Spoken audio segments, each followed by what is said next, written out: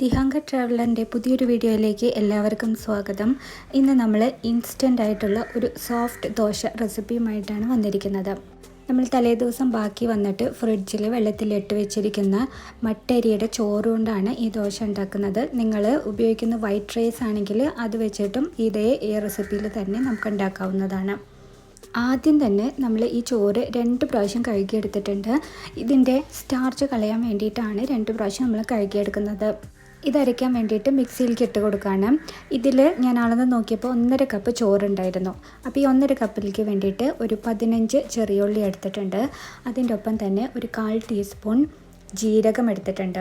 1/4 cup തേങ്ങയും കൂടി ഇതിലേക്ക് ചേർക്കുകയാണ്. ഇതിലേക്ക് ആവശ്യമായിട്ടുള്ള ഉപ്പും കൂടി ചേർത്തിട്ട് ഇത് നന്നായിട്ടൊന്ന് അടിച്ചെടുക്കണം. ആദ്യം വെള്ളം ചേർക്കാതെ അടിച്ചിട്ട് പിന്നെ കുറച്ച് ലൂസാവാൻ വേണ്ടിയിട്ട് വെള്ളം ചേർത്ത് അടിക്കാം. അപ്പോൾ ഈ പരുവത്തിൽ നമുക്ക് കിട്ടും. അപ്പം ഞാനിവിടെ റവ ചേർത്ത് കൊടുക്കുകയാണ്. ഈ റവയുടെ കണക്ക് പറയുകയാണെങ്കിൽ നമുക്ക് ഈ മാവ് ഒന്ന് കട്ടിയാക്കി കിട്ടണം. അപ്പോൾ അത്രയും റവ ചേർക്കണം. ഞാനിവിടെ അളന്നപ്പോൾ ഏകദേശം 1/2 കപ്പോളം റവ ഞാൻ ചേർത്ത് കൊടുത്തിട്ടുണ്ട്. എന്നിട്ട് ഇത് നന്നായിട്ട് മിക്സ് ചെയ്തിട്ട് നമ്മളിതൊന്ന് ഒരു 10 മിനിറ്റ് നേരം റെസ്റ്റ് ചെയ്യാൻ വെക്കണം. അപ്പോൾ ഈ റെസ്റ്റ് ചെയ്യുന്ന സമയം കൊണ്ട് നമുക്ക് ഇതിലേക്ക് കഴിക്കാൻ ആവശ്യമായിട്ടുള്ള ഒരു അടിപൊളി ഉള്ളി ചമ്മന്തി എടുക്കാം. ഉള്ളി ചമ്മന്തിക്ക് വേണ്ടിയിട്ട് 3 ചെറിയ ഉള്ളി എടുത്തിട്ടുണ്ട്. അതിങ്ങനെ കുനുകുനാന്നരിയുക. എന്നിട്ട് അതിലേക്ക് 2 ടേബിൾ സ്പൂൺ നമ്മളുടെ കാശ്മീരി മുളക് പൊടിയാണ് ചേർത്ത് കൊടുക്കുന്നത്. മറ്റേ മുളക് പൊടി ചേർത്ത് നല്ലോണം എരിവ് വരും. അതുകൊണ്ട് കാശ്മീരി മുളക് പൊടി ചേർക്കുക. അതിലേക്ക് ആവശ്യമായിട്ടുള്ള ഉപ്പ് ചേർക്കാം. ഇനി അതിലേക്ക് ഒരു 1/4 ടീസ്പൂണോളം കായപ്പൊടി ചേർക്കണം. എന്നിട്ട് ഇതൊക്കെ നന്നായിട്ടൊന്ന് മിക്സ് ചെയ്തിട്ട് വെക്കാം. ഇനി അതിലേക്ക് 2 ടേബിൾ സ്പൂണോളം വെളിച്ചെണ്ണ ചൂടാക്കിയത് ഒഴിക്കുക. അത് എടുക്കാൻ വിട്ടുപോയി, ഓഫായിപ്പോയി ക്യാമറ, അതുകൊണ്ടാണ് കാണിക്കാൻ പറ്റാത്തത്. അപ്പോൾ വെളിച്ചെണ്ണ ഒഴിച്ചതിന് ശേഷം അതിലേക്ക് 1 ടേബിൾ സ്പൂൺ പച്ചവെള്ളം കൂടെ ഒഴിക്കണം.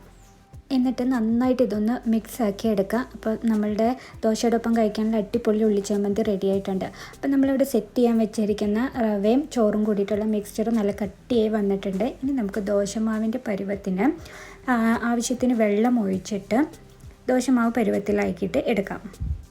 അപ്പോൾ നമ്മളുടെ ദോശമാവ് പരുവത്തിന് മാവ് വന്നിട്ടുണ്ട്. ഇനി നമുക്ക് ദോശ ചുട്ടെടുക്കാം. അതിന് വേണ്ടിയിട്ട് ഒരു ഇരുമ്പ് ചട്ടി ചൂടാക്കാൻ വെച്ചിട്ടുണ്ട്. അതിലേക്ക് ഞാൻ കുറച്ച് നല്ലെണ്ണ ഒഴിച്ചിട്ടൊന്ന് ചുറ്റിച്ചിട്ടുണ്ട്. ഇനി ഇത് നമ്മൾ മാവ് ഒഴിക്കുമ്പോൾ നമുക്ക് നൈസായിട്ട് പരത്തണ്ട. ഞാൻ നേരത്തെ പറഞ്ഞല്ലോ, തട്ട് ദോശയൊക്കെ കിട്ടണ പോലെ നല്ല സോഫ്റ്റായിട്ടുള്ള ദോശയാണ്. വല്ലാണ്ട് നൈസായിട്ട് പരത്താൻ നിൽക്കണ്ട. കാരണം അത് വിട്ടുപോരാൻ ഇത്തിരി ബുദ്ധിമുട്ടായിരിക്കും. അപ്പോൾ കുറച്ച് കട്ടിയിൽ പരത്തിയിട്ട് 2 പുറം മറിച്ചിട്ടിട്ട് വേവിച്ചെടുക്കുക.